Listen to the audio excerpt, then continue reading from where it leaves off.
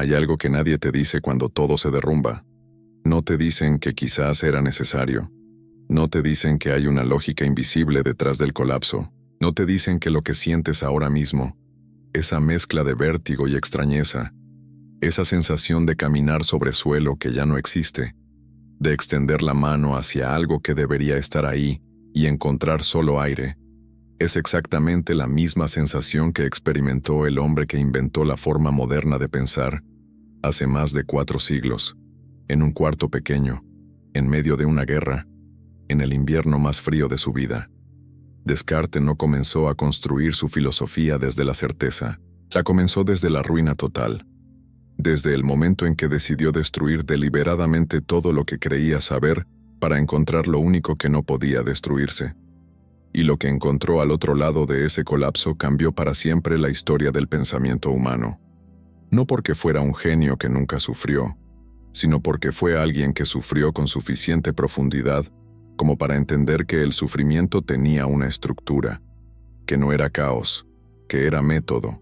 Lo que nadie comprende sobre los momentos en que todo se cae es que no son errores del destino, son procesos.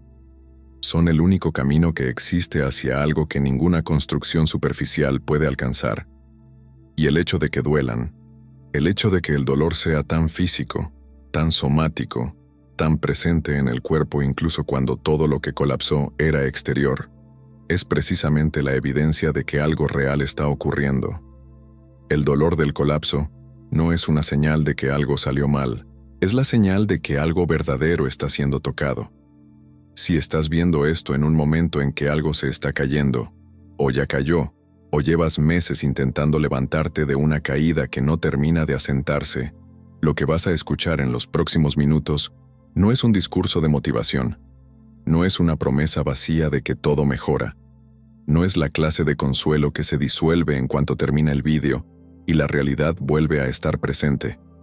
Es algo más difícil y más verdadero que eso. Es una explicación filosófica de por qué el colapso que atraviesas tiene una arquitectura interna, de por qué hay una razón que trasciende lo que puedes ver desde dentro del dolor, y de por qué lo que emerge al otro lado de un derrumbe real nunca es una versión reconstruida de lo que existía antes. Es algo que no existía todavía, algo que no podía existir mientras lo anterior seguía en pie. Descartes lo llamó duda metódica, y aunque esa expresión suena a manual universitario, a ejercicio abstracto de un filósofo con demasiado tiempo libre, lo que describe es una de las experiencias más intensamente humanas que existen. El momento en que decides, o en que la vida decide por ti, que ya no puedes seguir construyendo sobre un suelo que no es sólido. El momento en que la estructura que sostenía tu identidad, tu valor, tu sentido de dirección, revela la grieta que siempre estuvo ahí, pero que el movimiento constante impedía ver. Esto no es una historia sobre cómo sobrevivir el dolor. Es una historia sobre cómo el dolor te devuelve a lo único que siempre fue real en ti. Hay 3 cosas que este vídeo va a revelar. Primero, por qué el colapso no es un accidente sino un proceso con una estructura filosófica precisa, una que Descartes describió con exactitud hace 400 años, y que sigue siendo verdadera en cada vida que atraviesa una ruptura real, independientemente de la cultura, la época o la naturaleza específica de lo que se perdió. Segundo, ¿qué permanece cuando todo lo externo desaparece? ¿Y por qué lo que permanece no es un residuo consolador, sino el fundamento más sólido que puede existir para una vida construida desde dentro hacia afuera? Tercero, ¿cómo distinguir entre reconstruir lo mismo que existía antes y surgir como algo que todavía no existía? La diferencia entre esas 2 cosas no es de grado, es de naturaleza, y entenderla puede cambiar completamente la relación que tienes con lo que estás atravesando. Esto no es recuperación, esto no es volver a la normalidad, esto es otra cosa completamente. Y Descartes, que vivió más colapsos en una sola vida de lo que la mayoría de las personas enfrenta en varias generaciones, sabía exactamente de qué estaba hablando cuando describió el proceso. Hay un momento en la vida de algunas personas que no se puede describir con precisión a quienes no lo han vivido. Es el momento en que miras alrededor y el paisaje completo de lo que creías ser ya no está. El trabajo que definía tu valor, la relación que organizaba tu tiempo, el proyecto que justificaba tu esfuerzo, la identidad que habías construido durante años, a veces décadas, sobre la base de lo que hacías, lo que tenías, lo que los demás pensaban de ti. Y de repente ese suelo se va, no gradualmente, de golpe, como si alguien hubiera retirado el piso bajo tus pies y el aire debajo fuera mucho más profundo de lo que imaginabas. Es una sensación que tiene textura física, no es abstracta.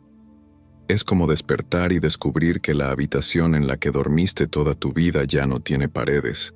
No es que las paredes estén dañadas, es que no están, y el instinto inmediato, el instinto que el cerebro activa antes de que el pensamiento consciente tenga tiempo de intervenir, es buscarlas con las manos en la oscuridad. Moverse, hacer algo, reconstruir la familiaridad del espacio lo antes posible. Porque el cerebro percibe la ausencia de estructura conocida como amenaza existencial, no como oportunidad. Descartes describió este momento con una precisión que todavía no ha sido igualada. No lo describió como tragedia, lo describió como método. En su discurso del método, publicado en 1637, Descartes escribió que hay un punto en la vida del pensador donde resulta imposible seguir construyendo sobre fundamentos que nunca fueron verificados, sobre certezas heredadas que nunca fueron examinadas, sobre una identidad que fue construida por las expectativas de otros antes de que uno pudiera elegir nada por sí mismo. Y ese punto no es opcional. No puedes elegir no llegar a él si tu mente tiene la capacidad de pensar con honestidad. Solo puedes elegir si lo atraviesas de forma deliberada, o si esperas a que la vida te fuerce a atravesarlo de la forma que ella decida. Y lo que Descartes propuso no fue resistir ese momento, no fue buscar la forma de evitarlo o de minimizarlo, fue habitarlo deliberadamente.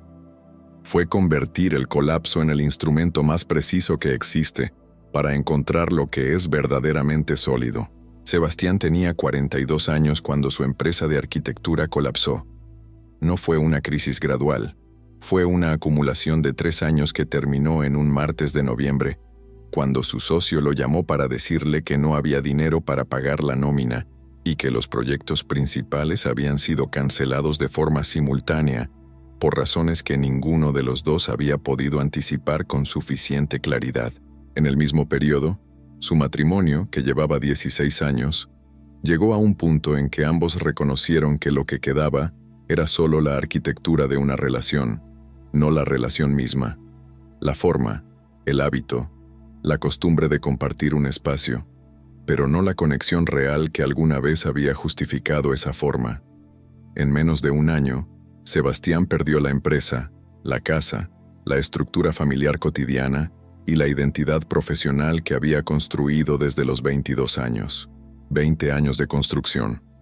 Un año de colapso. Sebastián describió ese periodo con estas palabras. Durante meses intenté reconstruir. Llamaba a contactos, enviaba propuestas, me levantaba cada mañana con la agenda de alguien que todavía tenía un proyecto. Hacía los movimientos de una persona que está reconstruyendo, porque no podía tolerar la imagen de una persona que simplemente estaba en el suelo. Pero en algún momento, en un atardecer de abril, me quedé sentado en el apartamento vacío que había alquilado y entendí que no estaba reconstruyendo nada. Estaba haciendo los mismos movimientos sobre un suelo que ya no existía, como bailar en un escenario que ya no tiene tablones. Y cuando paré de moverme y simplemente me quedé quieto con el colapso, algo cambió. No mejoró inmediatamente, pero cambió. Por primera vez en meses, sentí que estaba siendo honesto con lo que estaba viviendo. Y esa honestidad, aunque dolía más que la distracción del movimiento constante, se sentía más real que todo lo anterior. La filosofía cartesiana tiene una explicación precisa para lo que Sebastián experimentó en ese atardecer. Descartes observó en sus meditaciones que la mente humana tiene una tendencia poderosa y casi automática a llenar el vacío con actividad. No porque la actividad resuelva el problema de fondo, sino porque la actividad produce la sensación de control que el colapso destruye. Y esa sensación de control, aunque sea ilusoria, es preferible para el cerebro al vértigo de quedarse quieto con la incertidumbre real.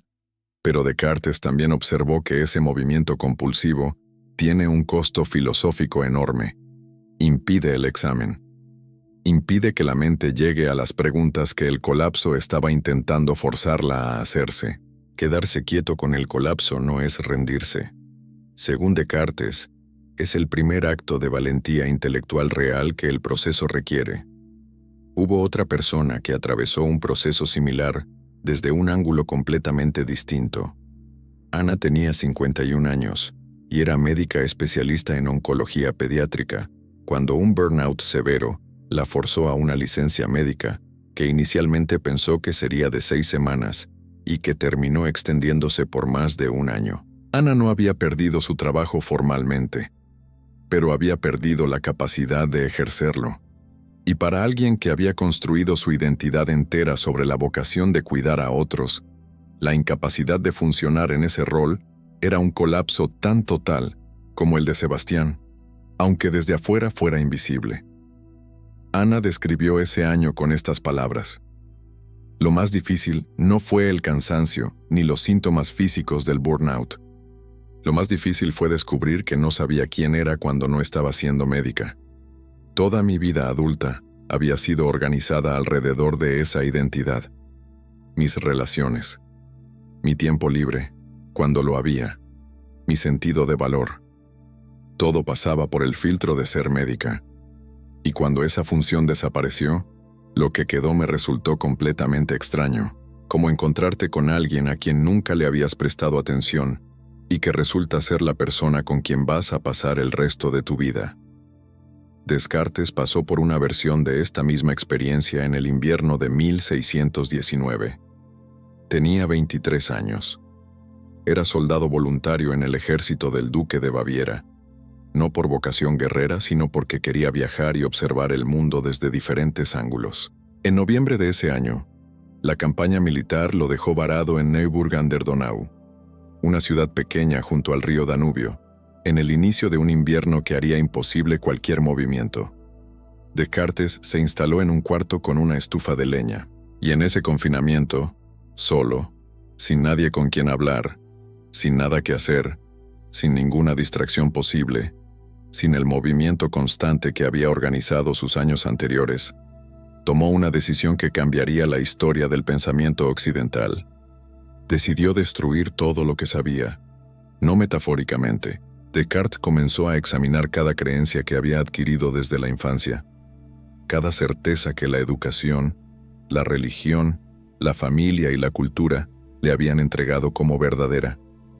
Y cada vez que encontraba la más mínima razón para dudar de algo, lo descartaba, no porque creyera que todo era falso, sino porque entendió algo que pocos se atreven a aceptar. No puedes construir algo verdaderamente sólido sobre fundamentos que nunca examinaste. No importa cuánto tiempo llevas construyendo sobre ellos, no importa cuántos otros también construyen sobre los mismos fundamentos. La antigüedad de una certeza no la hace sólida. Solo el examen puede determinar su solidez. La duda metódica de Descartes no era nihilismo. No era la afirmación de que nada existe o que nada vale. Era cirugía. Era el proceso de remover todo lo que no podía sostenerse por sí mismo para encontrar lo que sí podía. Y ese proceso, aplicado con rigor, produce exactamente la sensación que Sebastián describió en ese atardecer de abril y que Ana describió en ese año de quietud forzada. La sensación de que algo doloroso está siendo, al mismo tiempo, profundamente honesto. El colapso no es el fin de un proceso. Según Descartes, es el comienzo de uno diferente, uno que no puede comenzar mientras la estructura anterior sigue en pie, porque mientras la estructura anterior sigue en pie, la mente tiene un lugar al que volver cada vez que el examen se vuelve incómodo. Y el examen cartesiano requiere que no haya ningún lugar al que volver. Requiere el vértigo completo para producir la claridad completa. El colapso no llega para destruirte. Llega para devolverte algo que nunca debió depender de lo que perdiste. Pero aquí viene lo que Descartes comprendió que casi nadie comprende en el momento del derrumbe. Hay algo que el colapso no puede llevarse. Hay algo que permanece cuando todo lo externo desaparece. Y ese algo no es una metáfora consoladora. No es la clase de afirmación vaga que los libros de autoayuda distribuyen sin respaldar. Es un hecho filosófico de la mayor precisión, derivado de uno de los argumentos más rigurosos que la historia del pensamiento occidental ha producido. Descartes llegó a este descubrimiento en su proceso de duda metódica de una forma que todavía, 4 siglos después, tiene la fuerza de un relámpago. Había descartado todo. Los sentidos, porque los sentidos engañan. Lo que ves puede ser una ilusión óptica, lo que escuchas puede ser un eco distorsionado. Lo que tocas puede estar siendo mal interpretado por un sistema nervioso que comete errores. La memoria, porque la memoria distorsiona. Los recuerdos no son registros objetivos, sino reconstrucciones que cambian cada vez que son evocados. El cuerpo, porque el cuerpo puede ser ilusión. Durante el sueño, el cerebro produce experiencias físicas indistinguibles de la vigilia. Los otros, porque los otros son percepciones. No tienes acceso directo a ninguna mente ajena, solo a las señales que interpretas como evidencia de su existencia. Incluso la realidad del mundo físico fue descartada, porque Descartes formuló la hipótesis de que un ser poderoso e ilusorio podría estar creando toda experiencia posible como un engaño sistemático. Y cuando llegó al límite absoluto de ese proceso de descarte, cuando no quedaba nada más que eliminar, se encontró con algo que no podía eliminar bajo ninguna circunstancia. No porque fuera sagrado, no porque fuera protegido por ninguna autoridad, sino porque intentar eliminarlo producía su propia confirmación. El hecho de que estaba pensando. Podía dudar de todo, pero no podía dudar del proceso de dudar, porque dudar es pensar. Y si estaba pensando, existía. No como cuerpo, no como rol social, no como título profesional, ni como relación, ni como proyecto, ni como reputación, ni como historia personal, sino como proceso de pensamiento consciente. Cogito ergo sum. Pienso, luego existo. La única certeza que sobrevive la duda absoluta, porque es la única certeza que se verifica a sí misma en el acto de cuestionarla. En el lenguaje de los momentos en que todo se cae, cuando pierdes el trabajo, la relación, la casa, el proyecto, el estatus, la identidad social, todo eso puede irse, todo eso puede colapsar. El colapso puede ser total, simultáneo, devastador en su completitud, pero el que está observando el colapso, el que está procesando la pérdida, el que está buscando sentido en el caos, el que está sintiendo el dolor y preguntándose por qué, ese no puede irse. Ese permanece. Ese es lo que Descartes llamó res cogitans, la sustancia pensante. Lo que eres en el nivel más fundamental, antes de todo lo que el mundo añadió encima. No eres tu empresa, no eres tu relación, no eres tu título, no eres la imagen que construiste para que el mundo te reconociera, no eres el rol que desempeñabas ni la función que cumplías, ni el espacio que ocupabas en la estructura social que te rodeaba. Eres el que piensa. Y ese, según Descartes, es lo único que no puede ser destruido por ningún colapso externo, porque no depende de ninguna circunstancia exterior para existir. Carolina tenía 38 años cuando recibió un diagnóstico que reorganizó su vida de forma completa e irreversible. Una condición autoinmune severa, que afectaría su capacidad de trabajar en la forma en que lo había hecho durante 15 años, como diseñadora gráfica de alta demanda. En los meses que siguieron al diagnóstico, Carolina perdió los clientes que requerían plazos que ya no podía cumplir. Perdió la sensación de ser alguien productiva en los términos en que siempre había definido productividad, y perdió la imagen de sí misma que había construido sobre la base de lo que era capaz de producir, de lo que podía entregar, de lo que el mercado reconocía en ella como valor. Carolina describió ese periodo con estas palabras. Pasé meses llorando una versión de mí misma que ya no existía. Lloraba la diseñadora que podía entregar en 48 horas. Lloraba la persona que nunca cancelaba compromisos. Lloraba la energía que había tenido y que ya no reconocía en mi cuerpo. Y en algún punto, en una tarde en que el dolor físico era muy intenso y no podía hacer nada más que quedarme quieta, me pregunté quién era yo si quitaba todo eso, y me quedé en silencio con esa pregunta un tiempo largo.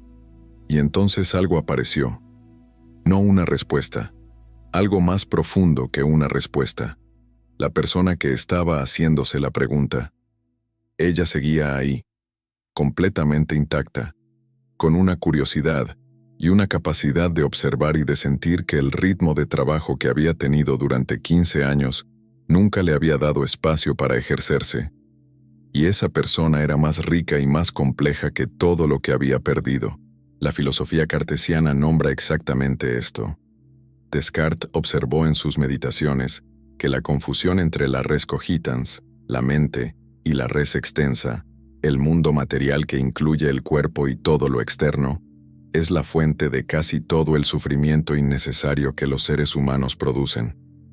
No el sufrimiento del colapso en sí, que es inevitable y necesario, sino el sufrimiento añadido de creer que lo que se perdió en el colapso es lo mismo que lo que se es. Cuando Carolina perdió la capacidad de trabajar al ritmo anterior, perdió algo real, algo que había construido con esfuerzo genuino, pero no perdió lo que la había llevado a construir eso. No perdió la mente que había generado ese trabajo. Solo perdió el canal específico a través del cual esa mente se había expresado durante 15 años. Y cuando ese canal se cerró, lo que quedó fue la fuente. Descartes lo sabía desde dentro. Cuando tenía 1 año de vida, su madre murió de complicaciones de parto.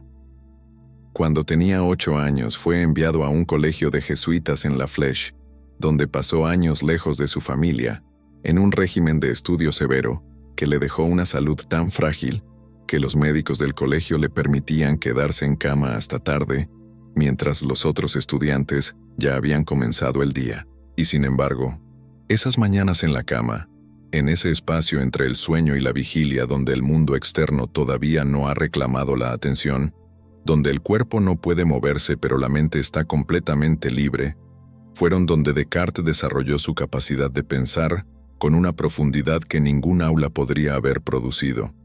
La enfermedad que lo separaba de los otros se convirtió en el espacio donde su mente aprendió a ser su propio interlocutor más exigente. Lo que permanece cuando se quita todo lo externo, según la filosofía cartesiana, no es un residuo, es la esencia, es lo único que estaba ahí antes de todo lo que se construyó encima.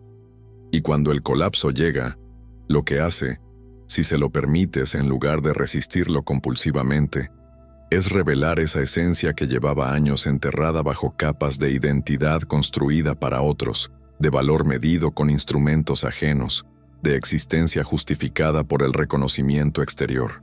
No perdiste quién eres. El colapso te mostró lo que se había acumulado encima de quién eres. Hay una persona más cuya historia ilumina esto desde un ángulo diferente. Jorge tenía 63 años cuando se jubiló después de 38 años como ingeniero aeronáutico en la misma empresa.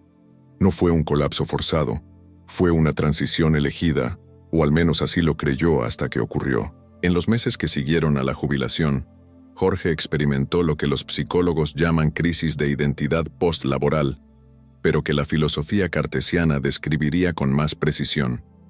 El momento en que la res extensa, todo lo externo, todo lo que organizaba el tiempo y el sentido, desaparece de golpe, y lo que queda es la res cogitans sin ningún andamiaje exterior. Jorge describió ese primer año de jubilación con estas palabras. Pensé que lo que quería era descansar, y descansé las primeras semanas, pero después del descanso vino algo que no esperaba, una especie de silencio que no era agradable, como si todo el ruido de 38 años de trabajo hubiera estado tapando algo que ahora no podía seguir tapando. Y lo que había debajo del ruido no era lo que esperaba encontrar. No era tranquilidad, Era una pregunta que nunca me había hecho porque nunca había tenido el silencio suficiente para escucharla.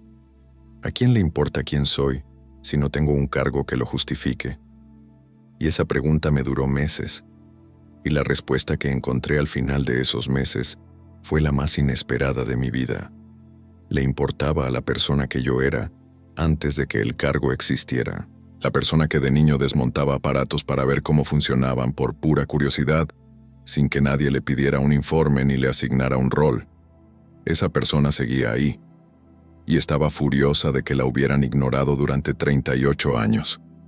Descartes pasó por una versión de este reencuentro en sus últimos años. Cuando llegó a Estocolmo en 1649, invitado por la reina Cristina de Suecia para enseñarle filosofía, encontró un entorno completamente ajeno a todo lo que había construido en sus años de exilio holandés.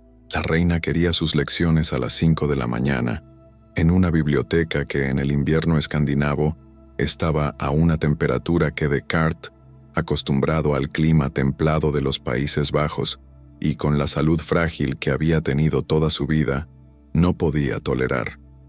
Murió en Estocolmo en febrero de 1650, a los 53 años, de una neumonía que contrajo en esas sesiones matutinas en el frío. Pero lo que escribió en los meses anteriores a su muerte, en ese entorno adverso y extraño, revela a alguien que había encontrado en el pensamiento mismo, no en ninguna circunstancia exterior, el único hogar que nunca podía ser quitado. El cogito no era para Descartes una conclusión filosófica abstracta, era una dirección de vida, la certeza de que lo que eres en lo más profundo no depende de ningún lugar, ningún rol, ninguna relación, ningún reconocimiento, y que esa certeza, una vez encontrada, es el único suelo que no puede colapsar porque no está hecho de ningún material exterior. Si te estás reconociendo en esto, si algo de lo que estás escuchando resuena con lo que estás atravesando o con lo que alguien cercano a ti está viviendo, este canal existe para acompañar exactamente ese proceso, para ser parte de esta comunidad de mentes que eligen pensar en profundidad incluso cuando duele. Si este vídeo llegó a ti en un momento en que lo necesitabas, deja que llegue también a quien en tu entorno pueda necesitarlo, y escribe en los comentarios qué fue lo que descubriste en ti cuando algo externo que definía tu identidad desapareció, no para buscar respuestas, sino porque nombrar ese descubrimiento, compartirlo con otros que están en el mismo proceso, es parte de lo que Descartes llamó el método. Tu historia puede ser exactamente lo que otra persona necesita escuchar para saber que hay un camino. Hay algo más que el derrumbe hace, algo que casi nadie describe con honestidad, porque duele de una manera diferente y más íntima que la pérdida de lo tangible. Duele de una manera que muchas personas no saben identificar, porque no tiene un nombre social claro. No produce el tipo de compasión que producen las pérdidas visibles, y a menudo viene acompañado de vergüenza en lugar de solidaridad. El colapso destruye las mentiras, y muchas de esas mentiras se habían convertido en la base de la identidad. Cuando la empresa quiebra, cuando la relación termina, cuando el cuerpo cambia, cuando el proyecto fracasa, no solo se va lo que era visible, se va también la narrativa que explicaba por qué valías, por qué eras importante, por qué merecías espacio en el mundo. Y esa narrativa, en muchos casos, había sido construida no por elección, sino por absorción. Había sido absorbida del entorno antes de que la persona tuviera la capacidad o el coraje de examinarla. Descartes llamó a estas narrativas heredadas ideas adventicias, ideas que no nacen de uno mismo sino que llegan desde afuera, desde la cultura, la familia, el sistema educativo, el mercado laboral, las expectativas de género, las definiciones sociales de éxito, y que terminan siendo tomadas como propias sin haber sido elegidas. El peligro de las ideas adventicias, según Descartes, no es que sean necesariamente falsas, es que son no examinadas. Son creencias que operan como verdades sin haber pasado por el filtro de la duda metódica, y cuando operan como verdades, se convierten en los criterios con los que la persona mide su propio valor. Criterios que nunca eligió, pero que acepta como si los hubiera elegido. Entre esas ideas adventicias, hay algunas especialmente peligrosas. La idea de que el valor como persona es proporcional a la productividad. La idea de que el éxito visible es la medida del éxito real. La idea de que la aprobación exterior confirma la valía interior. La idea de que una persona sin un proyecto en marcha, sin un rol activo, sin una posición reconocible, es una persona incompleta.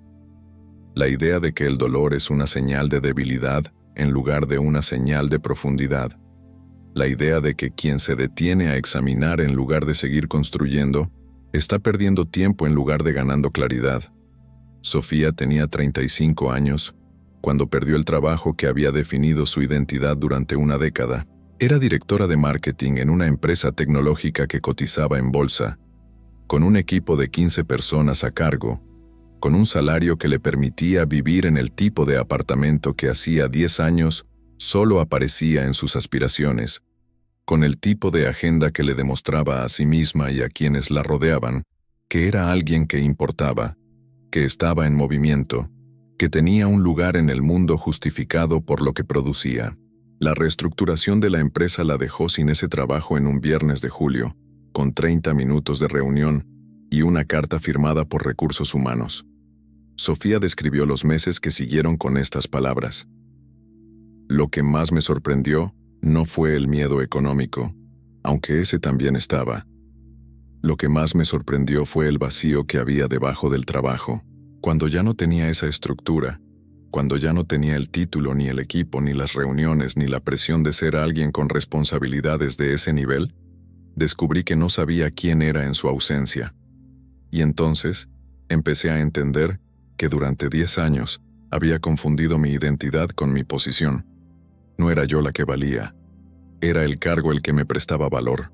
Y cuando el cargo desapareció, me quedé con la pregunta que nunca había tenido el coraje de hacerme. ¿Quién soy yo cuando no soy lo que hago? Y esa pregunta al principio me aterrorizó. Y después, lentamente, me liberó. La filosofía cartesiana explica este proceso con un concepto que Descartes desarrolló en sus meditaciones con gran detalle: el genio maligno. El genio maligno es la hipótesis de un ser poderoso y engañoso que podría estar creando toda nuestra experiencia como una ilusión sistemática. En términos filosóficos técnicos, es un experimento mental sobre la posibilidad del engaño radical. Pero en el lenguaje del colapso moderno, el genio maligno es el sistema de ideas no examinadas que construyó tu identidad sobre fundamentos que no elegiste, las creencias que el entorno cultural, familiar y social instaló en ti como verdades antes de que pudieras cuestionarlas. Y el colapso, cuando llega, hace lo que el genio maligno no esperaba: expone el engaño. Descartes enfrentó una versión de este mismo colapso identitario cuando su libro, El Mundo, donde desarrollaba su visión del universo basada en el movimiento y la materia, estaba listo para ser publicado en 1633. Ese año, la Inquisición condenó a Galileo por sostener que la Tierra giraba alrededor del Sol. Exactamente la misma base sobre la que Descartes había construido su sistema cosmológico durante años de trabajo intenso. Descartes, que había dedicado años a ese trabajo, que había invertido en él una parte sustancial de su identidad intelectual, lo retiró de la publicación de forma inmediata. Nunca se publicó en vida. Todo ese esfuerzo, toda esa construcción, quedó en cajones durante décadas mientras el mundo seguía adelante sin reconocerla. Y lo que Descartes aprendió de esa pérdida, lo que la filosofía cartesiana extrae de ese momento, es algo que va contra el instinto natural de quien acaba de perder algo importante. Las ideas que verdaderamente te pertenecen no pueden ser destruidas por la retirada de su reconocimiento externo. El libro fue retirado.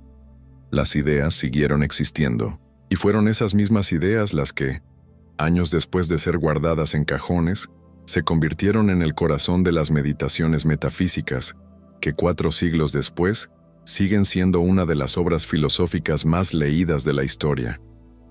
El colapso del reconocimiento no destruyó lo real, destruyó lo que no necesitaba el reconocimiento para ser real. Hay otro caso que ilumina esto desde un ángulo diferente. Miguel tenía 44 años y era chef propietario de un restaurante que había construido durante 12 años con una visión gastronómica muy específica, con reconocimientos en medios especializados, con una clientela fiel que identificaba ese restaurante con su nombre. La pandemia de los años 20 cerró el restaurante de forma definitiva. 12 años de construcción, decenas de relaciones, una identidad pública construida alrededor de un espacio físico que ya no existía. Miguel describió el periodo posterior con estas palabras. Durante muchos meses no podía cocinar para nadie, no porque no supiera, sino porque cocinar me recordaba todo lo que había perdido. La cocina había dejado de ser un lenguaje y se había convertido en un duelo. Y en ese periodo de no cocinar, que fue uno de los más oscuros de mi vida, empecé a recordar por qué había empezado. No por el negocio, no por los reconocimientos. Empecé a recordar que cocinaba porque transformar ingredientes simples en algo que producía placer en otra persona me parecía la forma más directa de crear algo real con mis propias manos. Eso no lo había perdido. Lo había tapado con 12 años de logística, finanzas, gestión de personal y presión por mantener la reputación. Y cuando el restaurante desapareció, y con él todo lo secundario, lo primario quedó completamente expuesto. Y lo primario era más vivo que todo lo que había perdido. Descartes observó en su correspondencia con la princesa Isabel de Bohemia, una de las pensadoras más agudas de su época, con quien mantuvo un intercambio intelectual de años, que las ideas adventicias tienen una característica que las distingue de las ideas innatas. Requieren mantenimiento externo para sobrevivir. Necesitan ser confirmadas continuamente por el entorno. Necesitan el cargo, el reconocimiento, la aprobación, el resultado visible, para seguir funcionando como verdades. Cuando el entorno deja de confirmarlas, se desmoronan. Y ese desmoronamiento, aunque se vive como pérdida, es en términos filosóficos una liberación. Porque lo que se desmorona cuando el entorno deja de confirmar las ideas adventicias no es lo que eres. Es lo que el entorno te convenció de que eras. No perdiste tu valor cuando perdiste tu posición. Descubriste que tu valor nunca debió depender de ella. Y esa es una de las verdades más incómodas y más liberadoras que el colapso puede producir. Hay una estructura en el proceso de reconstrucción que Descartes describió sin proponérselo, a lo largo de las 6 meditaciones metafísicas que publicó en 1641, con el título completo de Meditaciones sobre la filosofía primera. Cada meditación es, en términos filosóficos, un paso en el proceso de reconstrucción del conocimiento desde sus bases más elementales, pero en el lenguaje de quien está reconstruyendo su vida después de un colapso. Esas 6 meditaciones son un mapa de etapas que cualquier proceso real de reconstrucción atraviesa, y que no pueden saltarse ni acelerarse sin perder algo esencial del proceso. La primera meditación que Descartes tituló sobre las cosas que pueden ponerse en duda es el colapso deliberado de certezas, la decisión o la aceptación forzada de que el suelo anterior no era sólido. Esta etapa duele porque requiere abandonar no solo lo que se perdió, sino también la narrativa de que lo que se perdió era lo correcto, lo necesario, lo que debía ser. Muchas personas se quedan atrapadas en esta etapa durante meses o años, intentando recuperar lo que fue, porque el colapso de la certeza produce un vértigo que el cerebro intenta resolver volviendo a lo familiar. Y la trampa de esta etapa es que la actividad compulsiva, el movimiento constante de intentar reconstruir, produce la ilusión de que se está avanzando, cuando en realidad se está evitando el examen. La segunda meditación que Descartes tituló Sobre la naturaleza de la mente humana contiene el cogito. Es el momento en que la persona que está en el colapso descubre qué es lo que no puede ser colapsado, qué parte de sí misma permanece cuando todo lo construido se va. Esta etapa es silenciosa y no produce declaraciones grandiosas. Produce una quietud nueva que puede confundirse con resignación, pero que es en realidad reconocimiento. el reconocimiento de lo que siempre estuvo ahí debajo de todo lo que se construyó encima. La tercera meditación introduce lo que Descartes llamó la existencia de algo que trasciende el error. En el lenguaje del colapso personal, es el momento en que la persona comienza a reconocer que hay una dirección en el proceso, que el colapso no fue aleatorio, que hay algo que el proceso está intentando revelar, aunque todavía no sea completamente visible. Esta etapa es frágil. Puede deshacerse fácilmente si el entorno externo presiona demasiado hacia la reconstrucción inmediata de lo que existía antes. La cuarta meditación trata sobre el error y el juicio.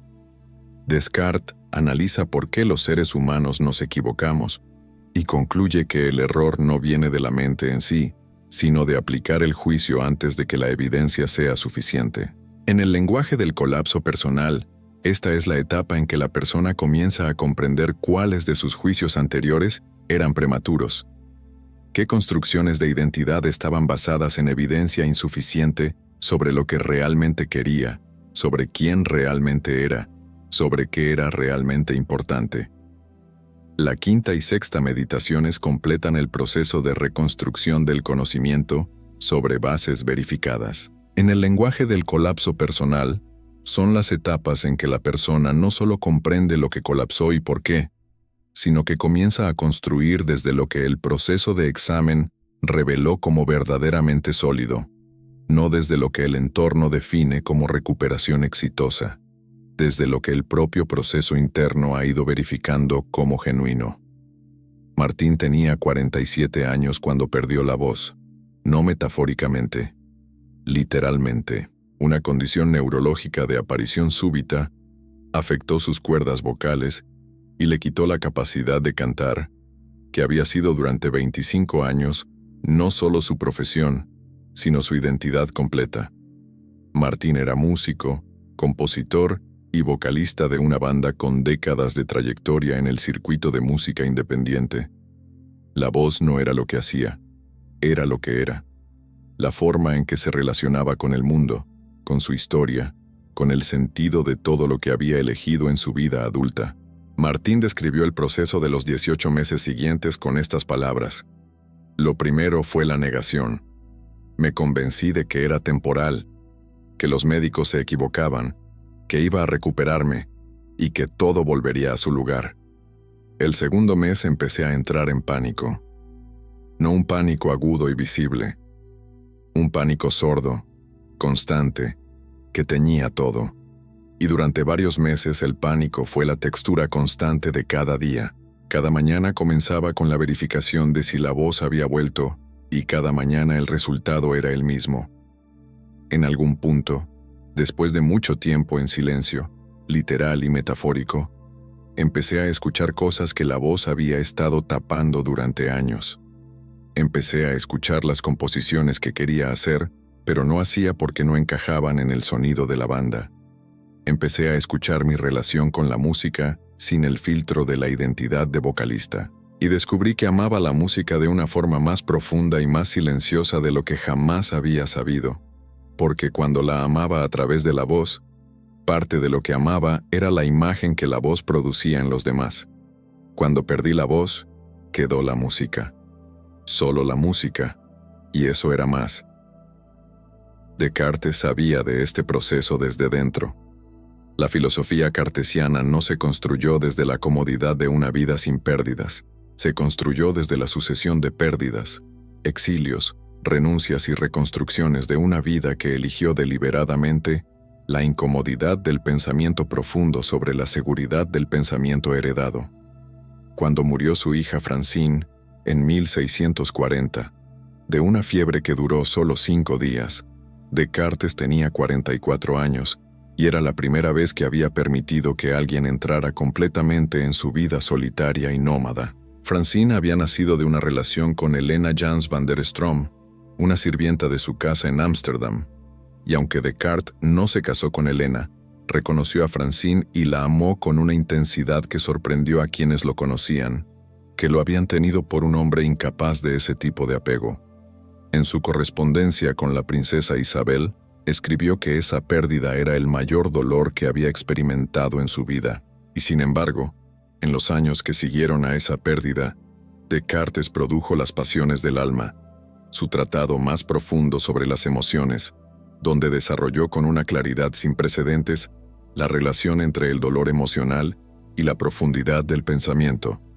La pérdida no le quitó la capacidad de pensar, se la afiló. Hay otra persona que ilustra la cuarta meditación cartesiana desde una experiencia completamente diferente. Valentina tenía 29 años y era artista plástica cuando comenzó a perder la visión en el ojo derecho por una condición degenerativa que los médicos no podían detener completamente. Para alguien cuya existencia entera había estado organizada alrededor de la percepción visual, cuyo arte dependía de la capacidad de ver y de traducir lo que veía en formas y colores, la progresión de esa pérdida fue una forma de colapso que ocurría en cámara lenta, lo que en algunos sentidos lo hacía más difícil que el colapso súbito, porque cada día traía la confirmación renovada de la pérdida y también la oportunidad de resistirla de nuevo. Valentina describió ese periodo con estas palabras: lo que más me costó aceptar no fue perder parte de la visión.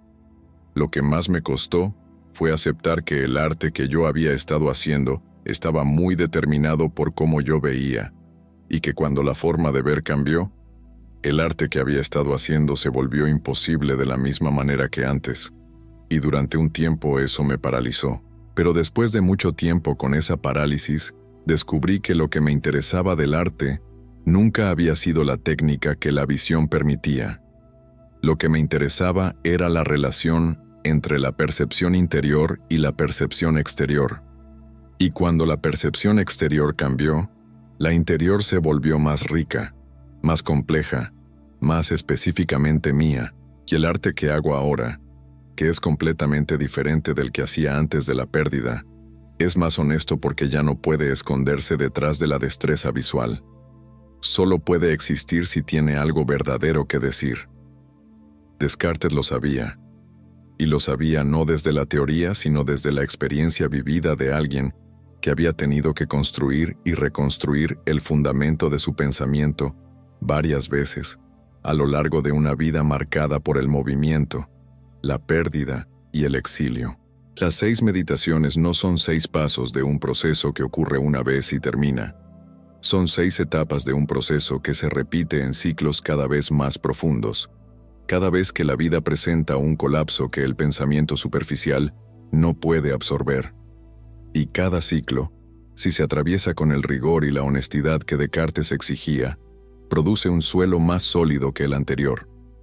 No porque sea más alto, sino porque está más verificado. El colapso no llegó para destruirte, llegó para darte la oportunidad de construir sobre suelo que hayas examinado tú mismo. Y el siguiente paso en el camino que Descartes trazó es quizás el más difícil de aceptar, especialmente para quienes están en el punto más oscuro del colapso, en el punto donde el dolor todavía no ha revelado ningún horizonte, y la única cosa visible es la extensión de lo que se perdió. Hay 2 formas de reconstruir después de un colapso. La primera es la más común y la más instintiva: reconstruir lo que existía antes, recuperar la empresa, o una parecida, encontrar una relación que tenga la misma estructura de la anterior, retomar el proyecto interrumpido, volver al nivel de estatus que existía antes. Esta forma de reconstrucción tiene una lógica completamente comprensible. El cerebro busca la familiaridad como señal de seguridad, y la promesa de recuperar lo que se perdió produce un alivio inmediato que el proceso de examen no puede producir con la misma rapidez. Y a veces esta reconstrucción funciona en los términos en que el entorno la mide. El negocio vuelve a estar en pie. La relación toma una nueva forma. El proyecto retoma su curso. Pero la filosofía cartesiana identifica el problema central de esta forma de reconstrucción con una precisión que duele.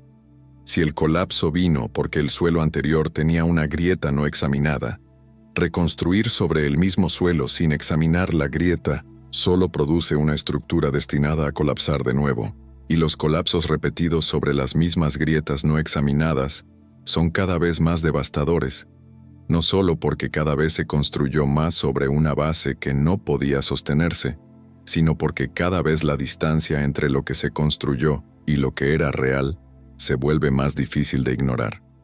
La segunda forma de reconstruir es la que Descartes propuso y vivió: no reconstruir lo mismo, examinar primero, usar el colapso como el instrumento de duda metódica más poderoso que existe, mucho más poderoso que cualquier ejercicio teórico, porque el colapso real te fuerza a examinar creencias que en la comodidad nunca habrías cuestionado.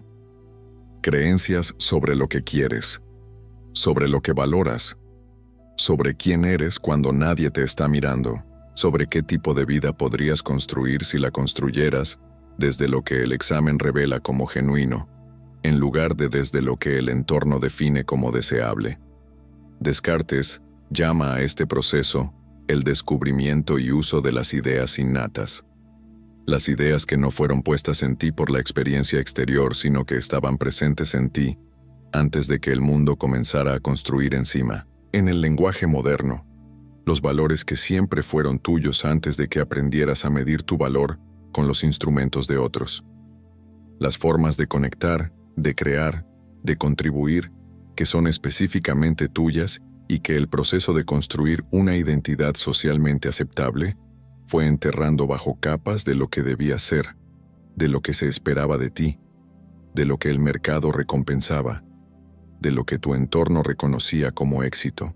Ibrahim tenía 32 años cuando emigró desde su país de origen, dejando atrás una carrera de ingeniería establecida, una red de relaciones construida durante años, un idioma en el que había aprendido a pensar y a soñar, y una cultura que le daba el contexto para entenderse a sí mismo.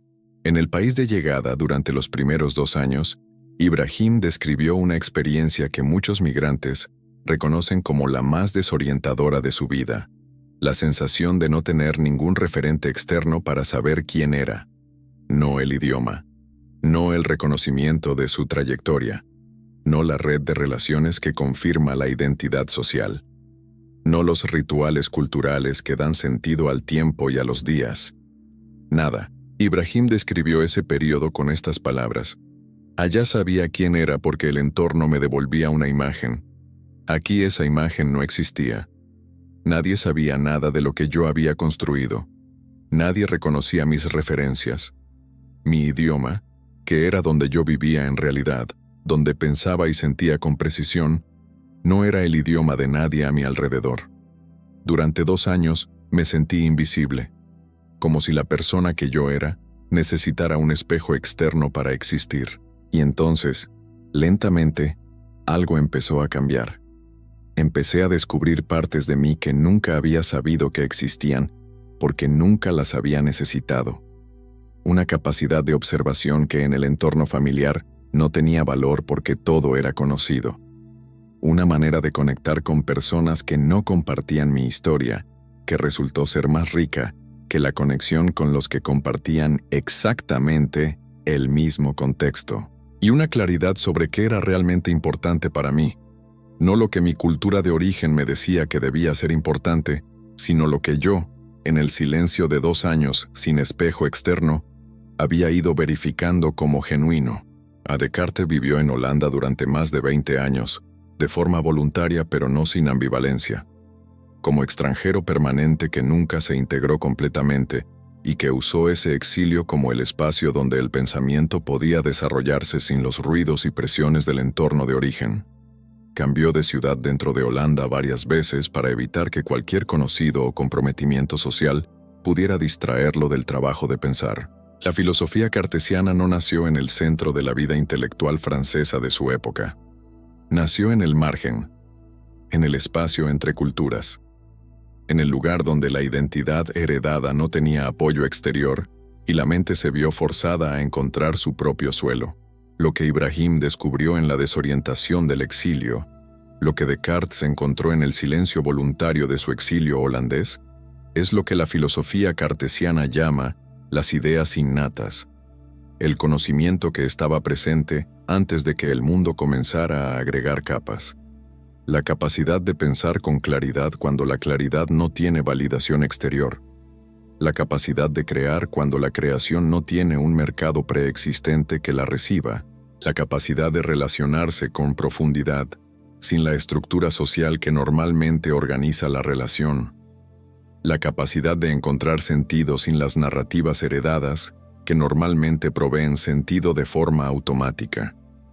Estas capacidades no fueron creadas por el colapso, fueron reveladas por él. Hay otra persona cuya historia completa este mapa desde el ángulo de quien reconstruyó de ambas formas y puede describir la diferencia desde dentro. Lucía tenía 38 años y había atravesado 2 colapsos. El primero, a los 29 años, cuando su primer negocio quebró, lo reconstruyó exactamente de la misma manera. Encontró financiación, montó un negocio casi idéntico en el mismo sector, recuperó el estatus en un plazo de 3 años. El segundo colapso llegó cuando tenía 36 años, y ese segundo negocio también colapsó. Esta vez de una forma que afectó su salud de manera severa y que la dejó sin la energía para hacer lo mismo de nuevo. Lucía describió la diferencia entre los 2 procesos con estas palabras. La primera vez, reconstruí rápido porque creía que esa era la demostración de que el primer colapso no había ganado, que yo era más fuerte, y durante 7 años me sentí orgullosa de esa velocidad, pero en el segundo colapso no tenía energía para hacer lo mismo. Y esa falta de energía me obligó a quedarme quieta de una forma que la primera vez nunca me había permitido. Y en esa quietud, descubrí que el primer negocio había sido construido sobre el mismo miedo que el segundo. El miedo a no ser suficiente si no era productiva. Y mientras ese miedo siguió operando sin ser examinado, siguió produciendo la misma estructura de trabajo que finalmente agotó el sistema. Lo que construí después de la segunda vez, cuando finalmente tuve la honestidad de examinar el miedo, fue completamente diferente. No por el sector ni por la escala, sino por el fundamento. Por primera vez construí algo que no necesitaba demostrar nada, y eso cambió todo. Reconstruir desde este lugar no es retomar lo que existía antes, es surgir como algo que no existía todavía. Y hay una diferencia enorme entre esas 2 cosas, tan enorme que la filosofía cartesiana las trata como procesos cualitativamente distintos. Uno es la recuperación de lo perdido. El otro es la emergencia de lo que el proceso de pérdida hizo posible. Cuando dejas de intentar recuperar lo que fue, algo diferente emerge. Cuando dejas de medir tu reconstrucción con los instrumentos que medían lo que colapsó, el proceso adquiere una dirección que no hubiera podido existir mientras el anterior suelo estaba en pie. Cuando dejas de tratar el dolor del colapso como un error que debe ser corregido lo antes posible, emerge la comprensión de que ese dolor tiene información que la comodidad nunca tendría la honestidad de entregarte. Cuando dejas de intentar volver a ser quien eras antes, emerge algo que ese ser anterior no tenía capacidad de ser todavía. No porque fuera inferior, sino porque todavía no había atravesado lo que el colapso produce cuando se lo deja completar su proceso. Descartes no buscó recuperar el libro que retiró por la condena a Galileo. Buscó ir más profundo que ese libro. Lo que encontró en esa profundización fueron las meditaciones.